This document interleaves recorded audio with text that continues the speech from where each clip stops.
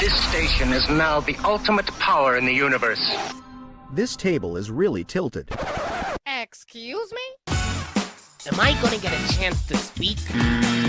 Maybe I should take that back. Denied. Damn, son, where'd you find this? Take a giant step for mankind.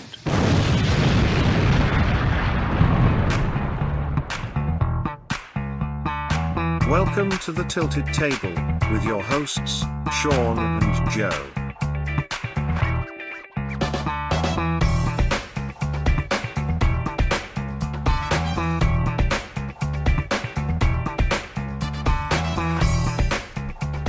Folks, welcome to the Tilted Table, the internet's answer to a question that no one asked. I am Sean Landon Clark, one of your co-pilots. And I am Joey Joe, a.k.a. the Fracky Mac, also on that hill of fountain of disinformation. Yes, the fountain of disinformation. That is us. And we're going to disinformation a bunch of sports today, apparently. We're going to talk about sports, but not in the way that I think most people would think about talking about sports, because this is definitely not a sports show. We're just going to talk about maybe sports that we watch, teams that we follow, times that we followed sports, but not really into that sport. Because I don't think either one of us, outside of, we talked about this earlier, professional football, you don't really follow any specific teams. Zero. I mean, maybe like some players on the highlight circuit. Sure, yeah. But I think, considering that, like, we used to, I used to collect baseball cards. We were doing that. Mm-hmm. So during certain time periods in our lives, we probably paid attention to more sports than other times, but maybe not specifically into any one specific sports team, with the exception of the NFL. Like, so for me, I'm a massive Las Vegas Raiders fan. I've been my entire life. It's really the only sport I watch. Mm-hmm. Same. Well, and I bleed red and gold. Ever since I was a kid, I've always been a 49ers fan. So, yeah, we got the California love in the house. Mm-hmm. Even though the Raiders aren't from California, but they're from everywhere. They're worldwide. That's how I talk about it. Well, I still pull for the Raiders, too, because my grandma was a huge Raiders fan. So it's very nostalgic, great Sunday afternoon memories. My grandma sitting in her rocking chair, yelling at the TV, pulling for Raiders. See, I wish I could say the same for the 49ers. I've grown to like them a lot more as I've gotten older, but as a kid, there was a big battle, between the Niner and the Raiders fans, especially in the mid '80s when the Raiders were winning Super Bowls, and then the Joe Montana era was kind of kicking in, so there was a big battle. I think it went all the way deep as a blood feud, because isn't that the reason that the Niners and the Raiders can't? I think it's some like weird NFL rule. I watched a SportsCenter thing on this that they can only play preseason games because of riots that would break out if they met in the regular season.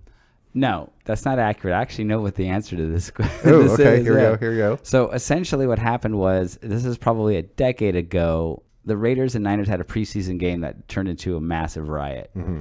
And they basically said guns were pulled out. Well, it's a Raider game, so guns are going to be pulled out, right? half the people in the stadium have one. So the outcome was so bad that they decided not to have any more preseason games with the Raiders and Niners. Now, that may have changed because that was a long time ago, but for regular season, they wouldn't have a choice because they rotate the schedule. Mm-hmm. So at some point, the Raiders will be playing the 49ers in the regular season. They can't really ban teams from playing each other because of the way it works and how they schedule the games. Because the way it works is you have to play your division rivals twice a year. Mm-hmm. And then there's different divisions and conferences you cross over depending on the year. So every couple of years, you're going to play like two teams from this conference. The next year will be this. So inevitably, they have to play, in the regular season. When's that going to happen next? I don't have any idea. When's the last time they played? Do you remember?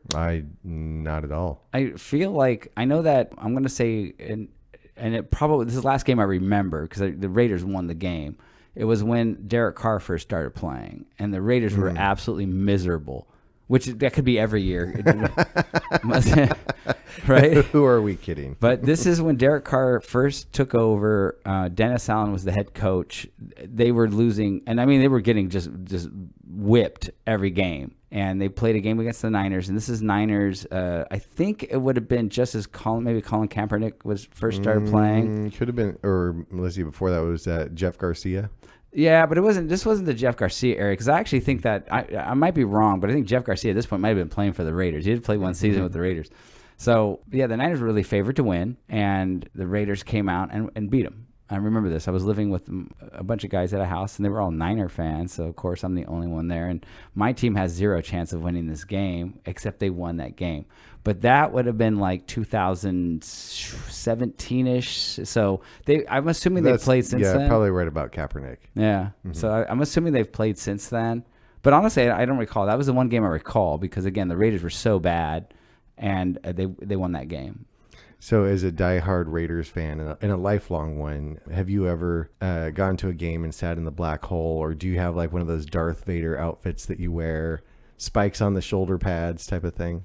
No, I don't get that hardcore. I could totally see you as like one of those like characters from Mad Max, but just all silver and black.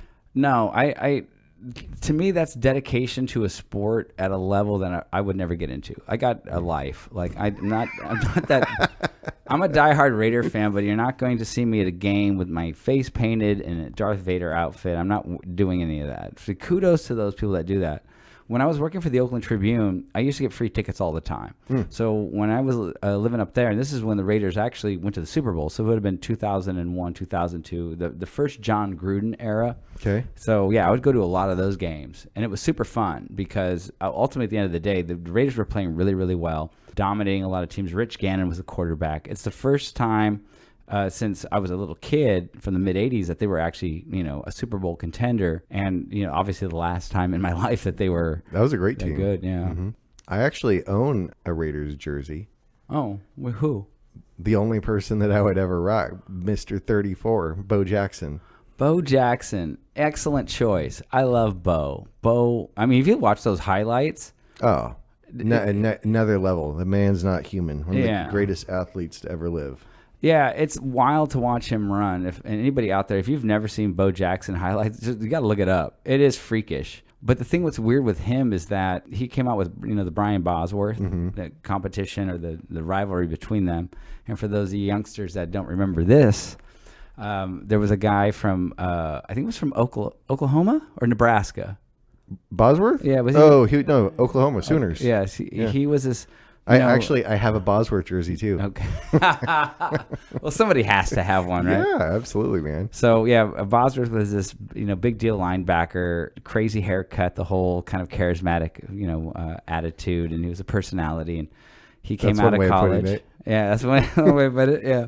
And he had a rivalry with Bo Jackson, and the whole deal is that when he got drafted by the Seattle Seahawks, who were in the Raiders division at the time, that it would be, Bo Jackson is finally going to go head to head with Brian Bosworth 2 games a year.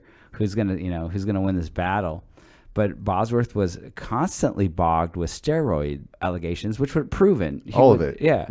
But no one ever questioned Bo Jackson on steroids, which baffled me because he played baseball.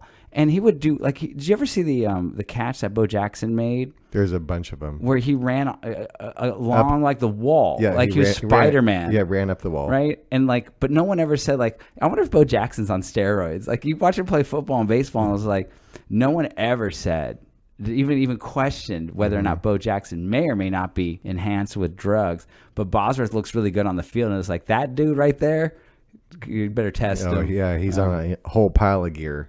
Yeah, so I never understood that why that Bo Jackson got the pass, and I'm not saying he was on steroids. I don't know. But, no, just phenomenal generational talent. Yeah, and of course Bo Jackson won that battle, drove Bosworth into the end zone and slammed him on a play right over the top of him, like a Mack truck. Yeah, and I think it was the first time the NFL really had a great marketing tool to make money. This sort of rivalry. Bosworth lasted, I think, 3 seasons. Either got injured or kicked out because of steroids. I'm not sure which. Probably a little bit of both. And then on a very innocuous play against the Bengals, Bo Jackson gets tackled. Doesn't look like anything. He hurts his hip. Pulled his femur out of his hip socket. Yeah. Career over. That's it. There's the end of those careers. Yeah, and that altered his baseball game forever. I would think that if you had a Raiders jersey, it would be Charles Woodson. And you talk one of the legacy players, 20 plus years. Although he spent some time with Green Bay, the majority of it was with the Raiders.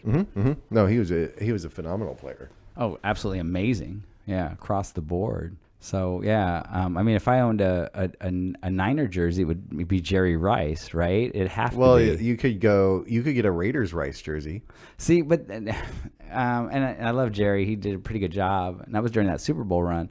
Seeing him and Tim Brown on the same field was pretty cool. But let's get real. I mean, at that point, Jerry Rice was way past his prime. But I'll mark that he was such a great wide receiver that even an old Jerry Rice is probably better than at least half the starting wide receivers in the NFL. Of course. But I wouldn't get a Raider jersey with Rice. It'd have to be a Niner one because that was his prime. I mean, if I was going to cross over to another team, that or Joe Montana. Ooh. Yeah, I've got all the Montana jerseys. In fact, you got a Kansas City one? No. But it's funny. Well, I don't have a Marcus Allen Kansas City jersey, so I feel you. Growing up, when I was in grade school, I used to sign all of my papers Joe Montana until the teacher said I had to stop doing that. So I was a huge Montana fan all the way back to the very first Super Bowl that I remember in Niners winning. The first one, right? Wasn't the second one? The second one. The second one? Second Okay. one, yeah. Where John Taylor caught the pass across the back of the end zone to win it. Yeah. So I get hyped for every single Niners game. And Cookie even has her own jersey. So we're like head to toe red and gold sitting on the couch at home. What jersey does she have? Nick Bosa. Oh, it's a good choice. Yeah, Nick Bosa's pretty badass. And she has a Kittle jersey. So it kind of goes back and forth between the two. Right on. Yeah, the only jersey I have, it has my name on it. And we talked about this. I don't know if we talked about it. We actually were on air. I'm not sure if we actually said this. It'll probably get cut out anyways, but I don't buy players. A legacy player I would get, like a Tim Brown, maybe a Jim Plunkett, something like that. Maybe a Marcus Allen or a Bo Jackson or something like that. Yeah, I don't buy any current players. Yeah. Just because I know they're going to get signed, fat contract, get hurt, get traded, and then I'm the one stuck holding the bag. Kind of like I've only been to a handful of NFL games in person, but I was at Kaepernick's very first game. Monday Night Football, Niners Bears at Candlestick.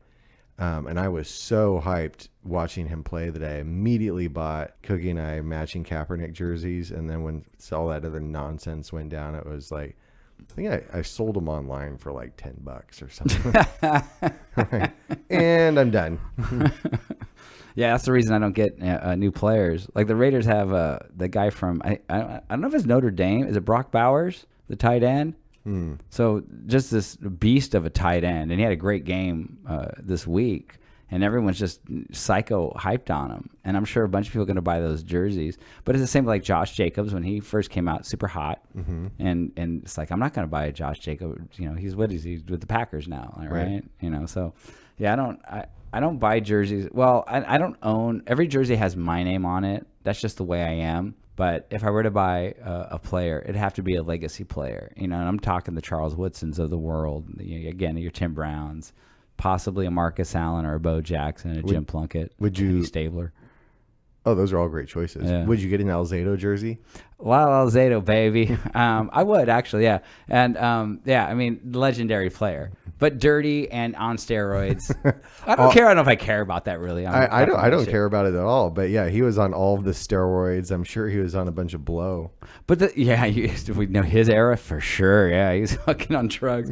But if I wouldn't get it, well, the reason I wouldn't get an Alzado jersey is I'd get a Howie Long jersey before I would ever get an Alzado one. Alzado I think was more of a character, but Howie Long was more of a player and just a straight up old school Raider. Never played for anybody else, so that's always nice if you got that kind of thing going on. Alzado played originally with the Broncos, so he was not a lifelong Raider. He just didn't really, I think, come to. I don't want to say. I think he was good with the Broncos, and I think he was known. But the whole personality of Lyle Alzado wasn't until he was with the Raiders and did that whole thing. Got it.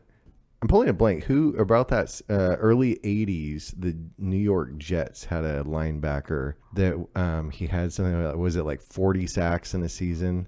Yes, he dated Brigitte Nielsen. Yes. What was his name? And both of his daughters are now supermodels. Matt Gastineau. Matt Gastineau. Is it Matt? Mark. Is it Mark Gastineau? Mark Gastineau. Yeah. When you said Jets, I was like, I know the guy's name, and I had to think about it. It was literally, if there was when you think of poster children for steroids and drug use, you've always got the Lyle Alzados of the world. But That's the one that most people forget is Mark Gastineau. Well, he was hot for a minute. Like a season. Yeah. Well, I think longer than that, but I think because he was in the era with like Lawrence Taylor, who was dominant for years and years and years. So I think he falls a little bit, kind of the forgotten player, but also the Jets. They're not that great of a team. They weren't that good back then, so that makes it harder. The Giants are winning Super Bowls, so obviously players like Lawrence Taylor are going to get that higher profile. Sure. But also, it's Lawrence Taylor. Like, he honestly might be the greatest, like linebacker. I thought you were going to say the greatest crack smoker. But he is that as well, too. But see, you got to admit, that makes him more impressive. Like, that dude was on drugs. A lot. He should have been. His career should have been real short. So I give him even a ton more credit just because he was like the greatest of all time at his position and a complete wasteoid of a drug addict. Gastineau tried it, couldn't do it. Right. Yeah. It's kind of like Daryl Strawberry at the same time. Right, yeah. Him and Dwight Gooden. Oh, man. So anyway, our topic of today was talking about sports and our teams and the ones that that we actually do watch, because there's a lot of things that I don't watch anymore. Like I think I mentioned earlier, I'm not a basketball fan at all. I suppose if it's on and I'm at a sports bar or something, I might watch it. But the only thing basketball that I'll actively seek out is hopping on YouTube and watching or rewatching the 1992 Barcelona men's Olympic basketball team. Right. Those original Dream Team games are just fantastic. Yeah, I'm not a big Olympics guy. I just remember when it was going down, and they were just like snuffing out every country on the planet. It was past domination. Yeah, it's ridiculous. Might as well have been playing a high school team. It was Harlem Globetrotters esque. Oh, what are you talking? You're gonna shit on the Washington Generals? It was the first time in history you ever actually had to have or got to have professional players all on the same team, and the way they all just gelled, even the personalities as varied as they were, quote, fighting in the news prior to the Olympics, and then you see how well they all played together. It was really something to watch. Did any team come close to even matching them at all? No. Not even close? Nope. Yeah, I didn't watch any of it. I don't really watch basketball. It's one of the sports I'm weakest at even knowing players and teams, even though I got a shit ton of basketball jerseys. I don't really watch basketball. I come from the old school where the only time I really paid a whole lot of attention was in Michael Jordan's prime. And, him, and of course you got Magic Johnson and Larry Bird, the Celtics-Lakers rivalry. But even then, I didn't really pay a ton of attention. Of course, playoffs and the finals, I'd watch it, but I couldn't give a rat's ass one way or the other who won. I did like watching Jordan play though, because he was just so amazing to watch. That was artistry. Yeah, it was perfection in that field. Yeah, and then that whole debate about who's the greatest of all time, especially with LeBron James now ending his career. How old is he? He's got to be pushing 40, right? I think so. Yeah. So, I mean, he doesn't have too much longer. And whether or not he's the greatest of all time or whether Jordan is the greatest of all time.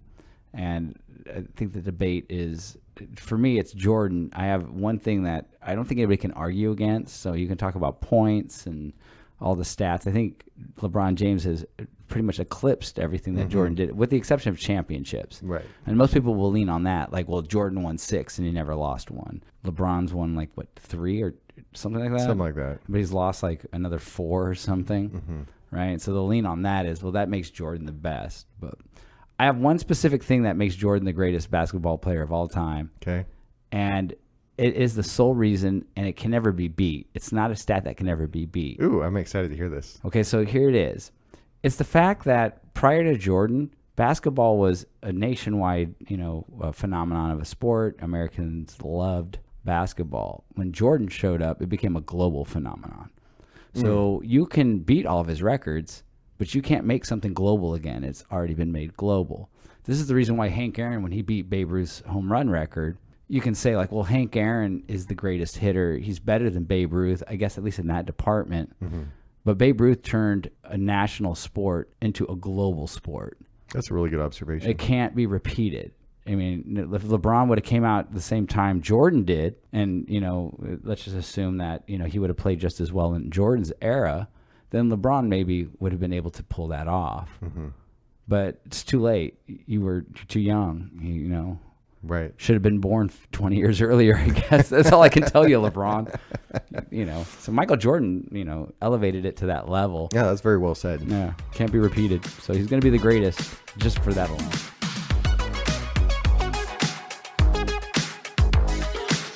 Ladies and gentlemen, may I have your attention, please? Leave a like on the video. I know you're enjoying this. Can you shut up? The internet's answer to a question that was never asked. The Tilted Table with Sean and Joe.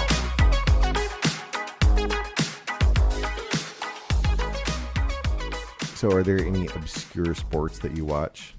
No, ones that I actually like totally pay attention to. Yeah, like professional air hockey. I think the only thing that I've watched that I find fascinating is a pool, professional pool. Like billiards? Yeah, you can watch it like on ESPN 8, The Ocho, if you're a fan of dodgeball, right? I think that's where you would see it. Okay. I like that stuff, but I mean, honestly, like I don't watch a lot of sports to begin with. It's too time consuming. I don't have this kind of time. But if there is an obscure sport that I find fascinating is pool, billiards. Billiards is a proper, you know, what do you pool? Are you swimming? Well, billiards is the bigger, what would you call it, table that doesn't have pockets and has all the red balls. Is that what it is? Yeah, billiards is its own separate thing. See, here's the problem. I'm telling you, I watched this thing, and you know more about it than I do. I don't know what the fuck I'm doing here. The one that the only sport that I've ever seen. I mean, I don't even know how often it's played anymore, but when High Lie comes on, I'm always like, that is a crazy sport. Wait, what is it? High Lie? It's you really find it down in like Miami, Dominican Republic. It's these indoor glass courts that you have two players on each team. You wear a helmet and you have a glove that's like a giant wicker basket. Okay. And you basically catch the ball and with into this basket sling type thing, and then you fire it back against the wall. It's a rubber ball, and it comes back, and then the other player has to catch it, and it goes back and forth and back and forth. Well, how do you score? You kill the ball, or you make the ball kind of like tennis, right? You can only let the ball bounce once. Okay. So you have to get the other person to make a mistake. But the speeds that this is happening at are like some stupid, like 9,000 miles an hour or something like that. And if you get hit by a ball, it's quasi-lethal. So I think that's a entertaining thing. But it's literally, that's all the place you'll ever find it is southeastern Florida. So if you get hit by the ball, like, is that like a penalty? Like, I'm kind of curious about when you get hit by the ball. Is Probably go to the hospital. Really? Is it like that strong? Yeah. Oh my God. You got to wear like a crash helmet in there. Have you seen this on TV? It's been forever. It popped on and I'm like, no way. A, it's still around, and B, they're actually televising this thing. And then that was it's been years. I mean, there's enough sports channels, especially with, you know, when you include YouTube and stuff, people will cover this stuff. There's always, you know, people that are into this. It's the same with like cornhole. Oh yeah. Yeah. And I mean, like, are you gonna go pro? I'm not that good at it. You know, I would like to think that I can get the ball into the hole. Like, what guy doesn't want to say that they do that with accuracy? I can't say that I'm good at it.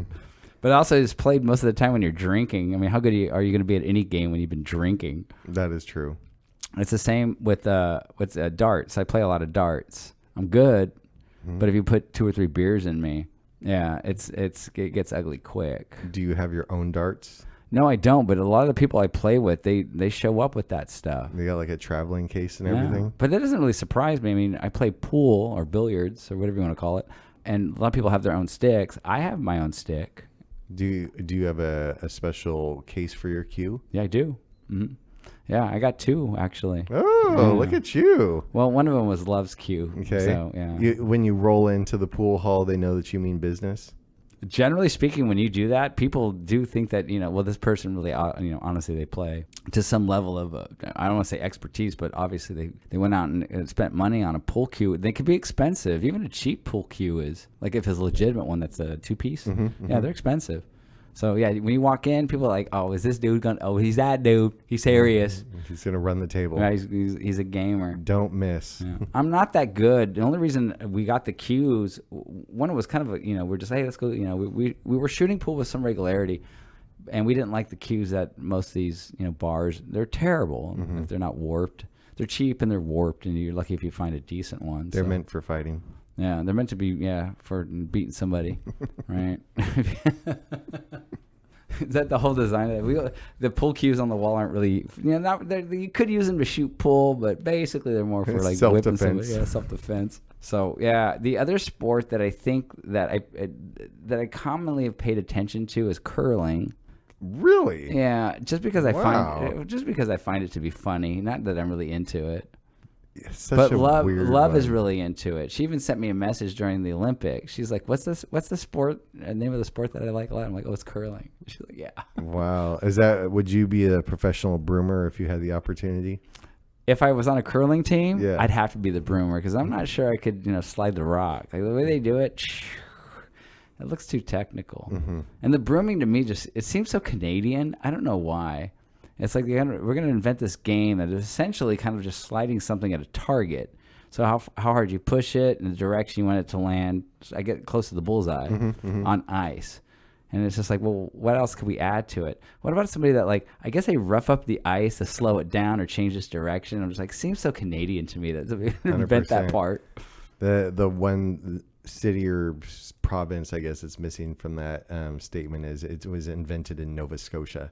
Because, of course, it would be invented in Nova Scotia. Yeah, that's in the most eastern part of Canada, correct?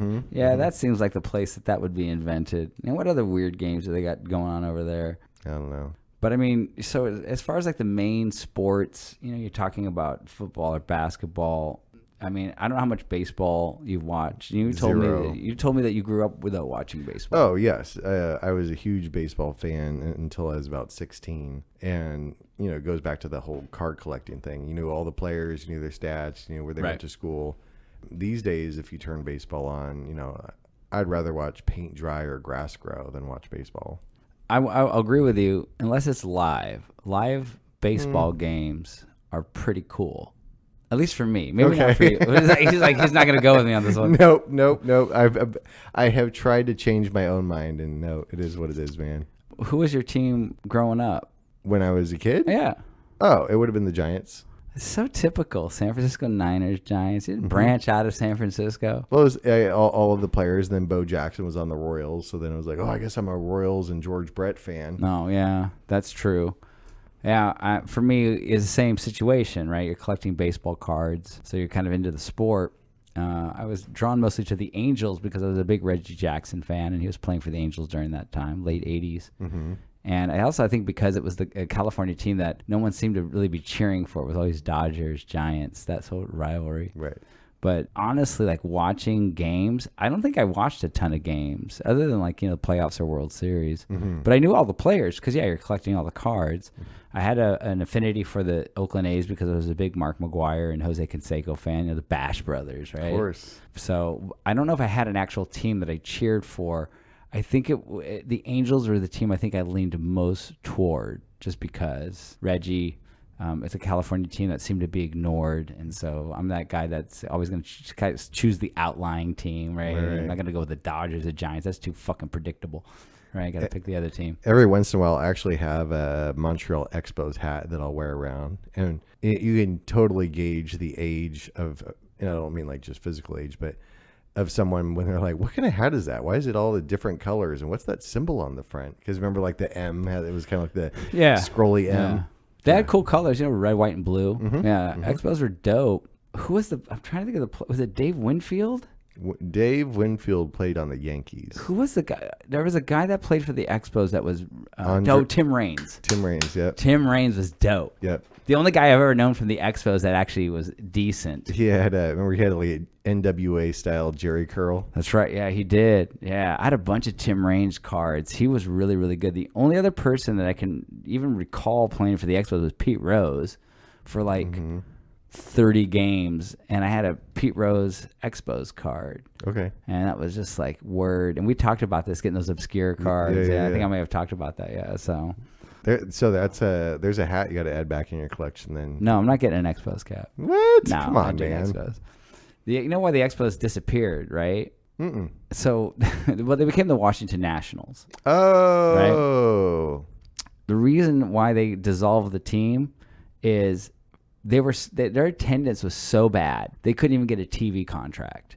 Like stations didn't even televise the games, so they lost their ownership, and the Major League Baseball ended up owning them. So they were one of the few teams that were actually owned by the league. Oh, And I never knew that. Yeah, and the league just dissolved them, and then moved them to Washington, where they thought they would have an audience in Washington, which they obviously they do with the Nationals.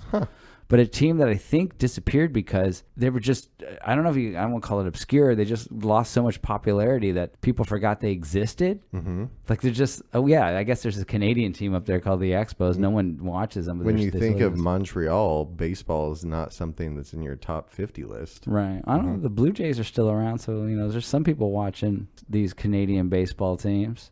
That's the only team, right? Yeah. Toronto? Yeah. Toronto's the only Canadian team. But it was even like when we were talking about the Raptors earlier, this is off air, when the Raptors made their run to the NBA championship, and it was with Kawhi Leonard, right? Was that who it was? Yeah. Okay. So I'm watching this. I'm at some sports bar, and because they're making their run. And this is how much I watch basketball, right? I mean, literally zero. I'm like, the Raptors, and I'm like sitting next to somebody. I'm like, the Raptors, is this an expansion team? They're like, no, they've been around for like 15. I didn't even know that there was an actual Toronto Raptors team. But then you brought up Vince Carter. Yeah. And I'm like, I can remember Vince Carter. So, and he played the majority of his career. Yeah. Yep. So I must have known about the Raptors, just not really putting kind of two and two together. Okay. With Toronto. But I was actually sitting there. I almost felt stupid. Like, I get it. I don't watch basketball, but I don't watch baseball. But I know every team. You're not going to come out with like, Baltimore Orioles. I'm like, the Baltimore has a team. I've never even heard of them. Right. Do you have a favorite, speaking of like older baseball? By older, I mean for you and me. So let's just call it like late 70s, 80s, somewhere in there. Do you have a favorite old baseball uniform? Like, remember the Astros one with the orange and yellow stripes? Right. I do. Or the old Orioles with like the Oriole face, little cartoon dude on the hat. That was my favorite uniform. They play in that uniform now, I believe. They brought it back. And I think it's been a couple years that they've had that uniform back. I really do dig that. And I do dig when the jersey has the cursive writing style of the name. The Royals still have it. I think that's a dope style. I love that. I think that if you go into the 80s, it was the powder blue of the Phillies. Yeah, man, nothing says 80s more than that. What was his name? Mike Schmidt. Mike Schmidt. Yeah, of course, yes. Mike Schmidt, one of the greatest. And it was that powder blue up against the maroon. So they still had the maroon, the P or whatever. Yeah, it was a weird combination. Dude, I totally forgot about that until you just said that. Wow, that is fantastic. Either that, or if you want to go with the Oakland A's, like that bright yellow. Yeah, like a big highlighter with some green. Yes. It's like Technicolor yellow. The elephant holding was it a bat? Yeah, and standing on a ball or something like that. Yeah, right. And that's the original athletics symbol from, I think, they were in Kansas City originally. They're the Kansas City Athletics. But it seemed like that era was like, let's create a color scheme that would actually physically blind spectators. So that's the only reason I think they came up with these colors. I don't know if like it wasn't 80s neon. It was just these really odd color combinations, and some of them were just, they weren't bright. It wasn't like it was 1980s hot pink or neon green, but they were just these outrageous colors that were, I think, a little bit grating on the eyes. Right. Yeah. It's funny. We have a house guest right now, and for his birthday the other day, he drove up to San Francisco to watch a Giants game. I'm like, oh, that's cool, man. Have fun. Who they playing? And he's like, the Brewers. I'm like, oh, yeah. There's a team that you never hear about. I love the Brewers. They might be my favorite baseball team because I love beer, and it's Milwaukee. And it's Laverne and Shirley and his Brewers. And that's everything? Well, it's like the balls to name your team after alcohol. Like, what other sports team has decided, like, I'm going to name a team. And I know Milwaukee's known for, brewing beer, so I get that. The Brewers, I just thought that was ballsy because when UCLA, when I was a kid, I was very familiar with the Milwaukee Brewers, and I understood what that meant. Again, I grew up on Laverne and Shirley. I understood that Milwaukee was like this sort of beer capital of the world, and so UCLA were the Bruins. And I thought that was a kid. I thought, like, oh, they're cool too because they named themselves after beer. And it's like, no, the Bruins, I guess it's like a bear. It's a bear. It's a bear or something. I was like, first of all, you ruined my childhood. You disappointed me, and I no longer like UCLA. There you go. That's funny. I gotta say, of the 80s uniforms that I always thought were awesome, it was the Expos. I thought that was super cool. Very, very colorful. Yeah, and they had the powder blue kind of style. I do like the red, white, and blue of the Expos, especially the white uniform. Oddly more American than any other team in the league for a team from Canada. Right. Yeah, they were. You saw them with especially in their white uniform. It was just bleeding red, white, and blue. Or the old, like the right about that same era, Barry Bonds. I think it was his rookie year, like the Pirates. Yeah. That was a cool uniform. Well, one thing I liked about the Pirates was their hats were different. They weren't shaped the same way. They had like that old like a stovetop. Yeah. It was a really odd kind of shape. Stovepipe, I think. Yeah, and it was weird because I might be wrong about this, but I felt like that was a throwback to like the 40s or 50s. Those kinds of hats. Right. So yeah, I appreciate those kinds of tweaks to uniforms. But baseball, I think in particular, they changed their uniforms a bit too much for my taste. So it's like, I remember the Orioles when they changed over from the cartoon bird to the actual. Yeah, the bird. Looks stupid. It looked like a picture out of a 6th grade textbook on birds. Like, am I watching baseball or am I learning about flora and fauna? It's your ornithology class. So ridiculous. Oh, that's fantastic. I don't know who thought that was a good idea. Like, why'd you take away the cartoon bird? The bird's fine, right? So I think one thing I do appreciate about football is they don't do a whole lot of that. Most of the teams, with some exceptions, some teams have altered their logos and their colors a little bit. Baseball, it seems to do it a lot more. And I don't know, for me, I'm more of a traditionalist. And as a Raider fan, the Raiders have only had, technically 3 logos. So the first uniform was just a black helmet with a white stripe, no logo. Second was what we know now is that shield with the pirate. Right. But it was a bit different. It had like a kind of a white background behind the Raider name. And then the third year, they changed it to what we know now. And it's such a big joke in the Raider community that they will post, and it is real. It's not a joke. They'll show like Raiders updated their logo. So they'll put the last logo and the most current one right next to each other. And you'd have to be some sort of like hardcore detective to figure out what the difference is because the changes are so minor. Right. So I appreciate that about football. I like the do you like the color rush jerseys they've had over? No, I hate those. I hate them all, especially Seattle because they actually look like that looks like a highlighter. Like I have that same color highlighter at my desk. It's like your retinas are bleeding sitting on the couch watching TV. I know when they did this, the NFL did it as a specific kind of marketing tool. There were a number of teams that fought it, and they were like, we don't want to do this. Like, we don't want to alter our uniforms for these games, and which I can appreciate. Because I think if you don't put that thing in check, it gets out of control. So if you look at the Miami Marlins, is it the Marlins or the Padres this year? I know the Marlins have done it in the past where they have like rainbow color. The Padres either did it this year, maybe it was last year, maybe it wasn't this year. Like if you watch these games, like literally, it's like a tie-dye design. A what? You got to look it up. You got to see it. Sounds terrible. It's the worst thing ever. It looks like a big batch of rainbow sherbet. That's what their uniforms look like, and I'm not exaggerating. It's literally like lime green and pink and blue, and it bleeds into each other. It's like Jerry Garcia's Acid Dream. Yeah, and which is weird. And I don't know. I'm sure there's a reason they were doing it. I don't know if they were making a statement, if it's like supporting some kind of a community. I don't know if it's I don't think it was an LGBTQ plus thing. I'm not going in that direction, but I think there was a specific reason why they did that. But it was terrible because the first time I saw that, I was like, oh, this is the Marlins, because I know Miami would do shit like this with these wild, bright colors.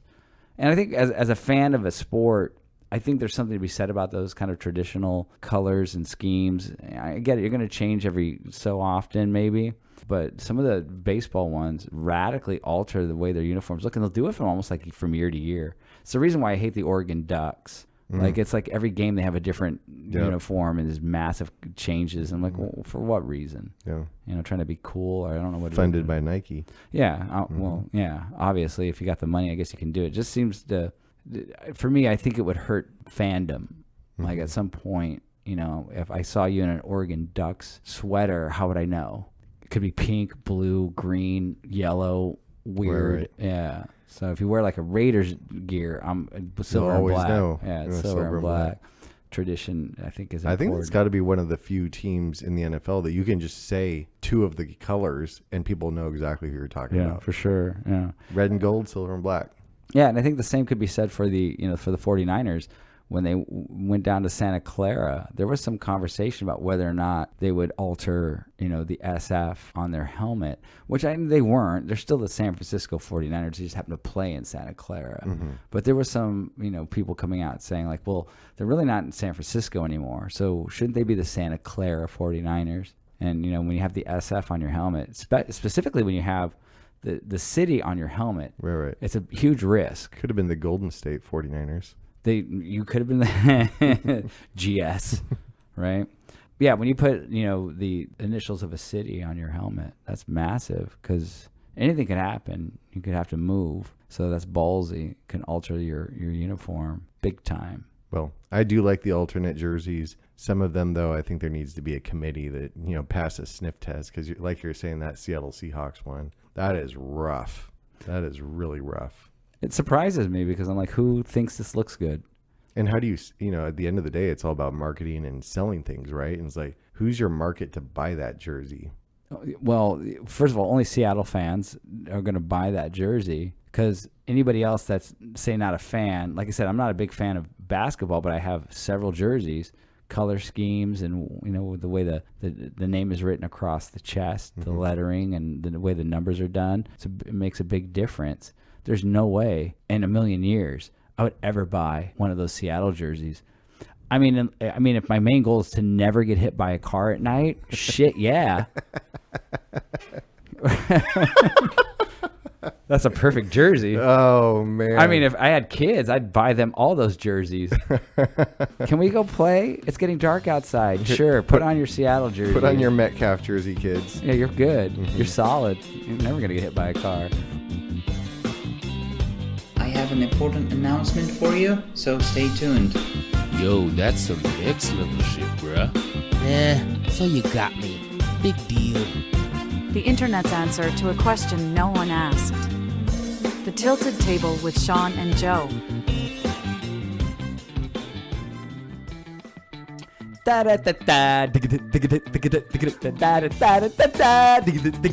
Oh, baby. That's fantastic, man. Folks, thank you so much for tuning in to another episode of The Tilted Table. My name is Sean Landon Clark. And I am Joey Joe, the Fracky Mac. And we are out of here. Peace. Peace.